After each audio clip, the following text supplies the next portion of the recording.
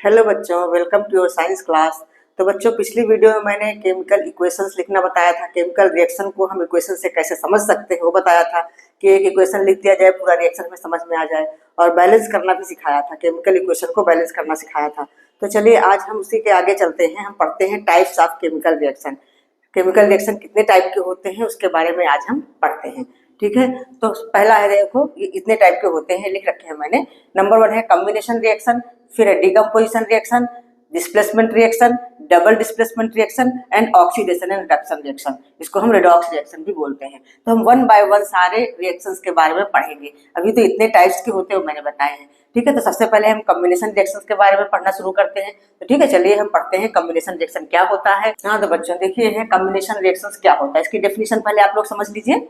Those reactions in which two or more substances combine to form a single substance are called combination reactions. ऐसे reactions जिसमें दो या दो से अधिक सब्सटेंसेस आपस में कंबाइन करके एक सिंगल प्रोडक्ट देते हैं, उनको हम कॉम्बिनेशन रिएक्शंस बोलते हैं। तो ये सब्सटेंसेस में एलिमेंट्स भी हो सकते हैं, दो एलिमेंट्स आपस में कंबाइन करके एक प्रोडक्ट देते हैं वो भी हो सकता है, या टू कंपाउंड्स भी आपस में कंबाइन करके एक अलग कंपाउंड देते हैं, वो भी कॉम्बिनेशन रिएक्शन कहा जाता है। ठीक है, तो यहाँ पे सब्सटेंसेस इसीलिए कहा गया है कि टू एलिमेंट्स कंबाइन करेंगे और एक सिंगल प्रोडक्ट देंगे, वो भी हम कॉम्बिनेशन रिएक्शन उसको भी बोलेंगे।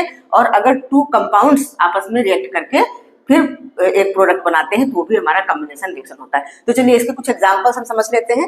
जैसे बहुत ही सिंपल, सबसे पहला एग्जांपल जो मैंने पिछली वीडियो में बताया हुआ था, एक रिएक्शन बताया था मैग्नीशियम ऑक्साइड का, कि मैग्नीशियम ऑक्साइड कैसे बनता है। मैग्नीशियम को ऑक्सीजन में जब जलाते हैं तो मैग्नीशियम ऑक्साइड बनता है। पिछली वीडियो में मैंने बताया था ना कि व्हाइट डेजलिंग फ्लेम के साथ जलता है और एक व्हाइट सी राख निकलती है। तो मैग्नीशियम को जब ऑक्सीजन के साथ जलाते हैं तो ये हमारा बनता है क्या, मैग्नीशियम ऑक्साइड, MgO। अब इस इक्वेशन को बैलेंस कर लो, बैलेंस करना जरूरी है।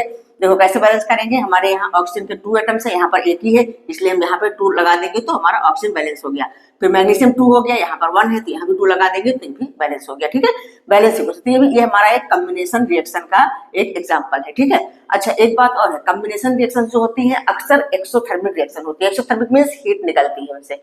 ठीक है, तो जितनी भी बर्निंग जो रिएक्शन होती है, बर्न होने वाली, उनमें से हीट निकलती है, तो इनको हम एक्सोथर्मिक रिएक्शंस भी बोलते हैं। क्या बोलते हैं, एक्सोथर्मिक रिएक्शन।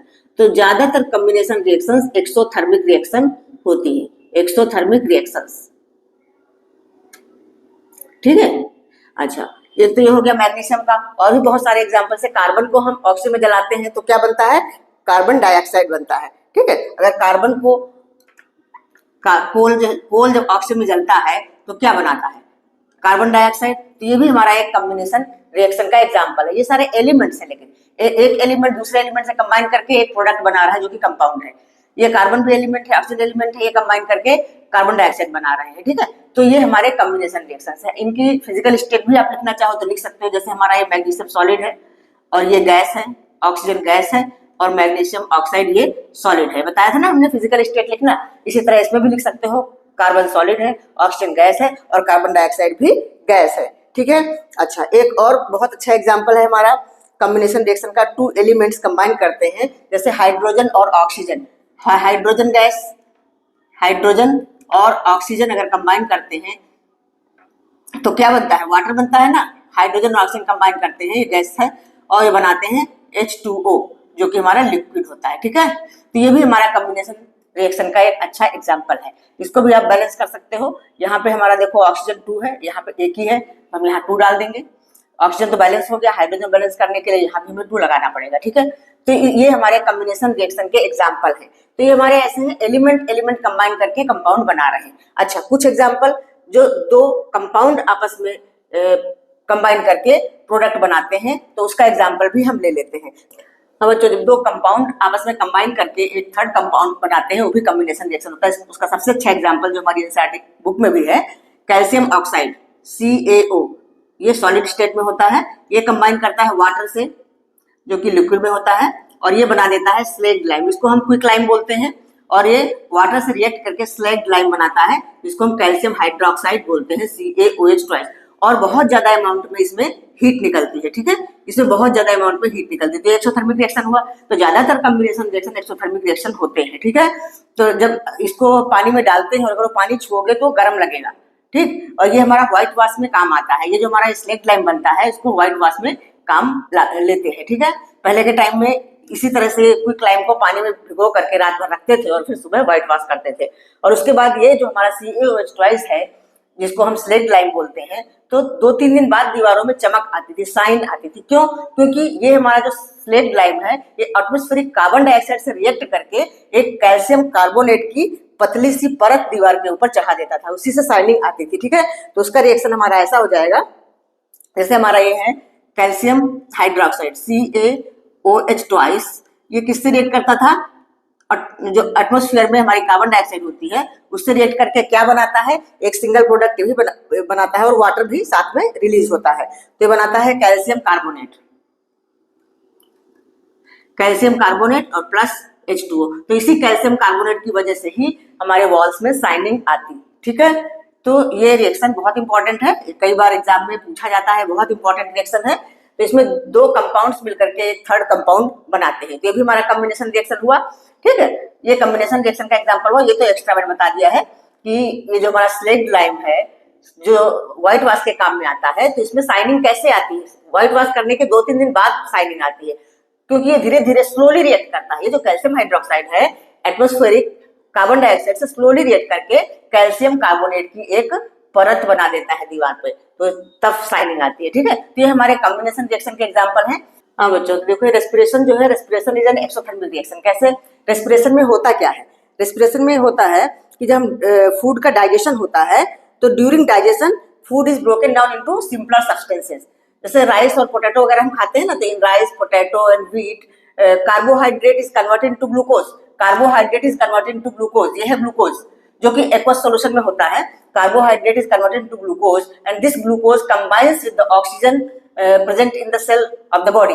ठीक है, ये दोनों कंबाइन करते हैं तो क्या बनाते हैं? कार्बन डाइऑक्साइड और वाटर, और उसके साथ बहुत सारी एनर्जी भी देते हैं। ठीक है, उसके साथ बहुत सारी एनर्जी देते हैं, तो energy means heat, energy means heat, तो इसमें हीट निकल रही है, तो इसलिए ये भी एक एक्सोथर्मिक रिएक्शन का एग्जांपल है। ठीक है, ये एक्सोथर्मिक रिएक्शन का एग्जांपल है। तो ज्यादातर कॉम्बिनेशन रिएक्शंस एक्सोथर्मिक रिएक्शंस होती हैं, और ये कॉम्बिनेशन क्या, ये सीधा डायरेक्ट एक्सोथर्मिक के लिए अगर पूछा जाए तो हमारा रेस्पिरेशन सबसे अच्छा एग्जांपल है एक्सोथर्मिक का, या बर्निंग ऑफ नेचुरल गैस, या बर्निंग ऑफ कार्बन, ये कुछ भी बर्निंग है, सारे एक्सोथर्मिक रिएक्शन के एग्जांपल हैं। ठीक है, और कॉम्बिनेशन तो आपने समझ ही लिया क्या है कि those reactions in which 2 or more substances combine to form a single substance is called combination reaction। ठीक है बच्चों, तो क्लियर हुआ, कॉम्बिनेशन रिएक्शन समझ में आया। तो चलिए चलते हैं हम अब डिकम्पोजिशन रिएक्शन की ओर। हाँ बच्चों, तो देखिए डिकम्पोजिशन रिएक्शंस क्या होते हैं? those reactions in which a compound splits up into 2 or more simpler substances are known as decomposition reaction। मतलब कि एक कंपाउंड होता है वो 2 या 2 से अधिक सिंपल सब्सटेंस में टूट जाता है, तो उसको हम डिकम्पोजिशन रिएक्शन बोलते हैं। ठीक है, तो इसको कुछ एग्जांपल्स ही मैंने लिखे हुए हैं। देखो, ये है हमारा फेरस सल्फेट। फेरस सल्फेट को जब हीट करते हैं, हीट देते हैं, तो वो टूट जाता है फेरिक ऑक्साइड, सल्फर डाइऑक्साइड और सल्फर ट्राइऑक्साइड। मतलब एक सिंगल कंपाउंड जो है 3 चीजों में टूट गया है, 3 सिंपल सब्सटेंसेस में टूट गया है।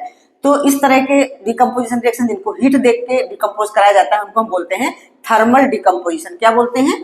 Thermal decomposition. तो अभी हमने 3 एग्जाम्पल जो लिए हैं ये सारे हम थर्मल डिकम्पोजिशन रिएक्शन के एग्जाम्पल मैंने लिए हुए हैं। ठीक है, फिर आगे और भी होते हैं फोटोकेमिकल डिकम्पोजिशन, और इलेक्ट्रिसिटी से भी हम डिकम्पोज कराते हैं सब्सटेंसेस को, तो इलेक्ट्रिक डिकम्पोजिशन कहलाते हैं। ठीक है, तो थर्मल डिकम्पोजिशन की बात की जा रही है। जैसे हम ये फेरस सल्फेट के कुछ क्रिस्टल्स, ये क्रिस्टल्स होते हैं, क्रिस्टलाइन फॉर्म में होता है, सॉलिड होता है, देखो इनकी स्टेट भी लिखी हुई है। इसको अगर हम हीट देते हैं, गर्म करते हैं, तो क्या होता है? ये अपना वाटर ऑफ क्रिस्टलाइजेशन लूज कर देता है। वाटर ऑफ क्रिस्टलाइजेशन मतलब हमारा जो फेरस सल्फेट क्रिस्टल होता है वो इस तरह का होता है, FeSO4 into 7H2O। इसमें वाटर ऑफ क्रिस्टलाइजेशन होता है, मतलब इस फेरस सल्फेट क्रिस्टल में कुछ वाटर होता है। जब इसको हीट करते हैं तो ये वाटर ऑफ क्रिस्टलाइजेशन इसका खत्म हो जाता है, वो इसको लूज कर देता है और बनाता है फेरिक ऑक्साइड। तो इस वाटर ऑफ क्रिस्टलाइजेशन की वजह से ही इसका कलर होता है ग्रीन कलर। फेरस सल्फेट का जो ग्रीन कलर होता है वो चेंज हो जाता है ब्राउन कलर में। ये हमारा ब्राउन, ये कैसा कलर है हमारा? ये ग्रीन कलर है, ये ग्रीन कलर का होता है फेरस सल्फेट क्रिस्टल। और जब वाटर ऑफ क्रिस्टलाइजेशन का खत्म हो जाता है तो ब्राउन कलर का फेरिक ऑक्साइड बनाता है। ये इसका कलर क्या होता है? Brown colour. ठीक है, और सल्फर डाइऑक्साइड गैस और सल्फर ट्राइऑक्साइड गैस बनती है। और जब हम ये रिएक्शन करवाते हैं, ये जो डिकम्पोजिशन रिएक्शन करवाते हैं, तो हमें सल्फर की स्मेल भी आती है, बर्निंग सल्फर की स्मेल आती है। किस वजह से? सल्फर डाइऑक्साइड गैस जो बन रही है उसकी वजह से हमें बर्निंग सल्फर की स्मेल भी महसूस होती है। तो ठीक है बच्चों, ये समझ में आया कि कैसे एक कंपाउंड हीट देने के बाद टूट जाता है 3 डिफरेंट कंपाउंड्स में, ferric oxide, sulphur dioxide and sulphur trioxide. ये सारे रिएक्शंस आप लोगों को अच्छे से लर्न करने हैं, ठीक है। और फेरस सल्फेट ग्रीन कलर का होता है और ये बना देता है ब्राउन कलर। ये जो हमारा फेरिक ऑक्साइड है ब्राउन कलर का होता है, ठीक है। और सल्फर, बर्निंग सल्फर की स्मेल भी आती है due to production of sulphur dioxide gas, ठीक। क्लियर, समझ में आया। तो फेरस सल्फेट के क्रिस्टल का फार्मूला ये होता है FeSO4 into 7H2O। इसी तरह से हमारा ये कैल्शियम कार्बोनेट है, इसको हम हीट देते हैं। कैल्शियम कार्बोनेट को क्या बोलते हैं? लाइमस्टोन। लाइमस्टोन को हीट देते हैं तो हमारा क्विक लाइम बन जाता है और कार्बन डाइऑक्साइड गैस बन जाती है, ठीक है। तो ये हमारे थर्मल डिकम्पोजिशन के एग्जाम्पल हैं। तो ये हमारा जो क्विक लाइम है, ये तो कैल्शियम कार्बोनेट है। कैल्शियम कार्बोनेट को हीट करते हैं तो क्विक लाइम CaO और CO2 कार्बन डाइऑक्साइड गैस बनती है। इसको क्या बोलते हैं? ये हमारा क्विक लाइम है, जिसको लाइमस्टोन बोलते हैं, ठीक है। कैल्शियम कार्बोनेट को हम लाइमस्टोन भी बोलते हैं। और ये हमारा मार्बल का ही फार्मूला है, मार्बल, ठीक है। और ये है क्विक लाइम, क्विक लाइम, ठीक है। Quick lime, quick lime, limestone को हीट देते हैं तो क्विक लाइम बनाता है, कार्बन डाइऑक्साइड गैस बनाता है, ठीक। और ये क्विक लाइम बहुत ही यूजफुल है। ये हमारा व्हाइट वॉश में भी काम आता है वाटर के साथ मिला के, और सीमेंट इंडस्ट्री में भी इसका यूज किया जाता है, ठीक है। समझ में आया? हाँ बच्चों, तो ये तीसरा है हमारा लेड नाइट्रेट। लेड नाइट्रेट को जब हम हीट देते हैं तो क्या बनाता है?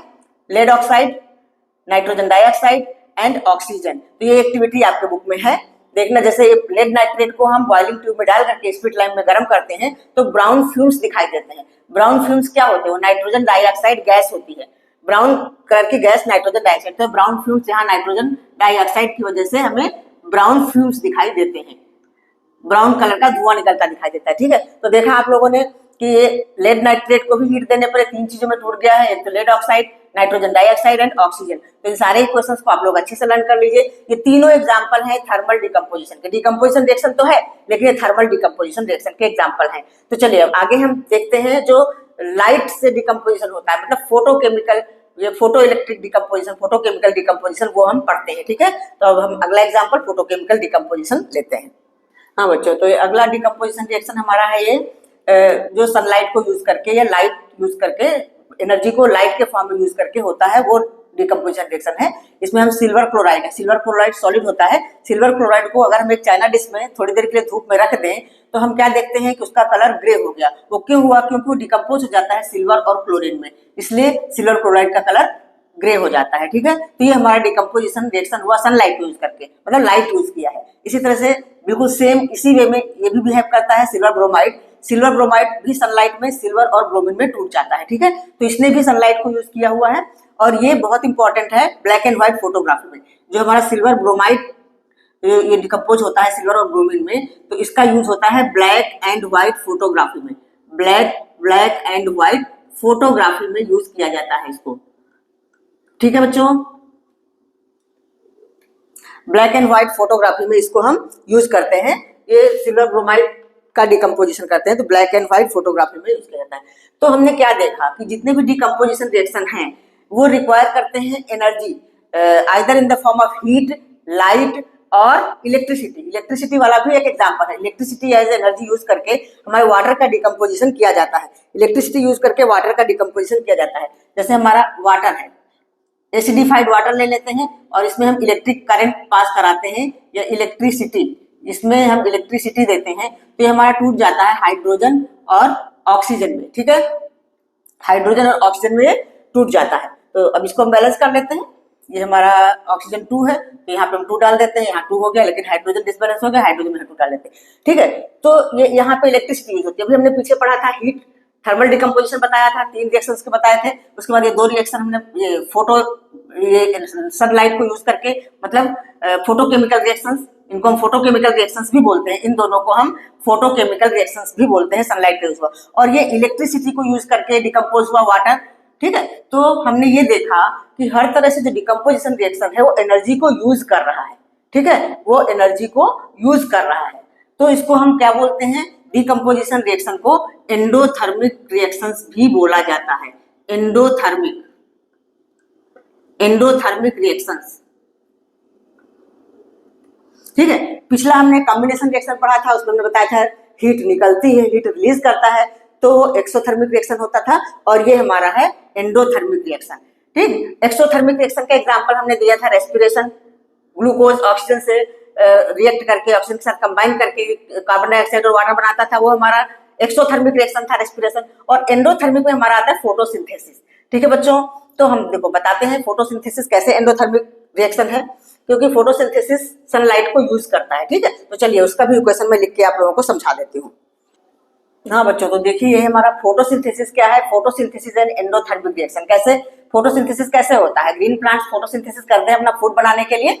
कैसे, कार्बन डाइऑक्साइड और वाटर रिएक्ट करता है in the presence of sunlight and chlorophyll. तो यहाँ पे देखो sunlight as a energy use हो रही है, तो क्या बनाता है, ग्लूकोज बनाता है जो कि एक्वस सॉल्यूशन में होता है, और ऑक्सीजन रिलीज करता है, तो जो गैसेस फॉर्म में होती है। तो देखा ये हमारा एंडोथर्मिक रिएक्शन है, क्योंकि ये एनर्जी को यूज कर रहा है। जहां पे एनर्जी हीट, लाइट या इलेक्ट्रिसिटी के रूप में यूज होती है और रिएक्शन परफॉर्म होते हैं, तो उन रिएक्शन को हम एंडोथर्मिक रिएक्शन बोलते हैं। ठीक है, तो हम देख रहे हैं कि ज्यादातर डिकम्पोजिशन रिएक्शन सारे एंडोथर्मिक रिएक्शन होते हैं, और कॉम्बिनेशन रिएक्शन एक्सोथर्मिक रिएक्शन होते हैं। इतनी बात समझ में आ गई, क्लियर हुआ बच्चों? तो हमने दो तरह के रिएक्शंस पढ़ लिए, कॉम्बिनेशन रिएक्शन और डिकम्पोजिशन रिएक्शन। इसी के साथ साथ एक्सोथर्मिक और एंडोथर्मिक के बारे में भी आप लोगों को जानकारी मिली। अब बाकी के जो बचते हैं डिस्प्लेसमेंट, डबल डिस्प्लेसमेंट और ऑक्सीडेशन रिडक्शन रिएक्शन, वो नेक्स्ट वीडियो में कवर करूंगी मैं। हो सकता है नेक्स्ट वीडियो में चैप्टर कंप्लीट कर दूंगी। फिर हम क्वेश्चंस करेंगे, एनसीईआरटी बुक के क्वेश्चंस भी करेंगे, और जो प्रीवियस ईयर में आए हुए क्वेश्चंस हैं वो भी करेंगे। ठीक है बच्चों, तो आज इतना ही। वीडियो अगर अच्छा लगा हो तो लाइक करिए, शेयर करिए और सब्सक्राइब कर लीजिए। मिलते हैं नेक्स्ट वीडियो में।